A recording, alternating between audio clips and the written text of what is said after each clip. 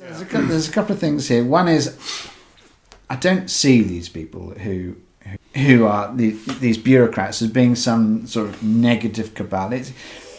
When you functionalise a business, you end up with specialists in each area. And the problem is they have less and less perspective on what goes on in other departments. So the engineer has less understanding of what's going on in the finance department. They don't know what things cost, really. Now, and they've probably never met a customer. Inevitably, that makes them relatively blinkered in their decision making.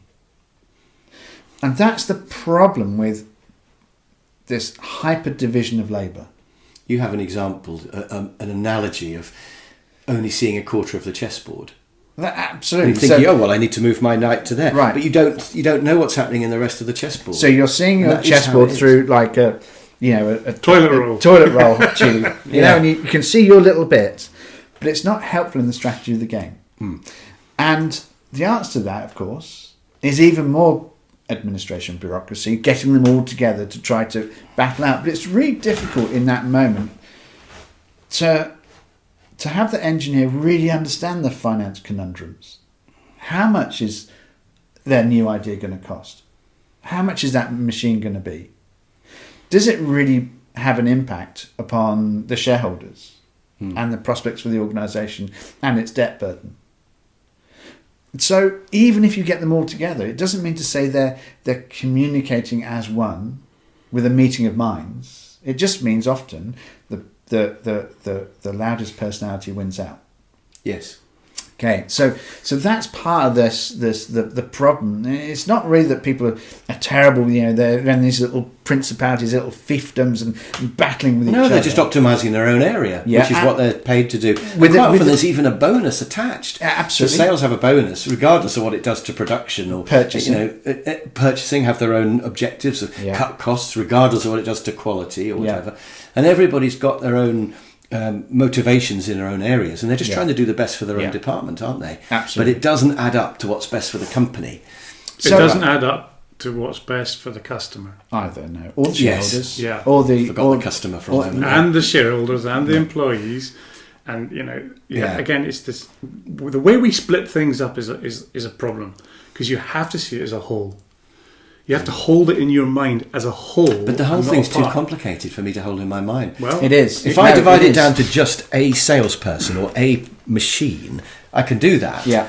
But how can I hold the whole thing in my head? Yeah. What do they say? How do you eat an elephant? You know, one bite at a time. Yeah. And you have to do chunks that you can understand. Yeah. So how does the plumber hold his whole business in his head then? It's a good question.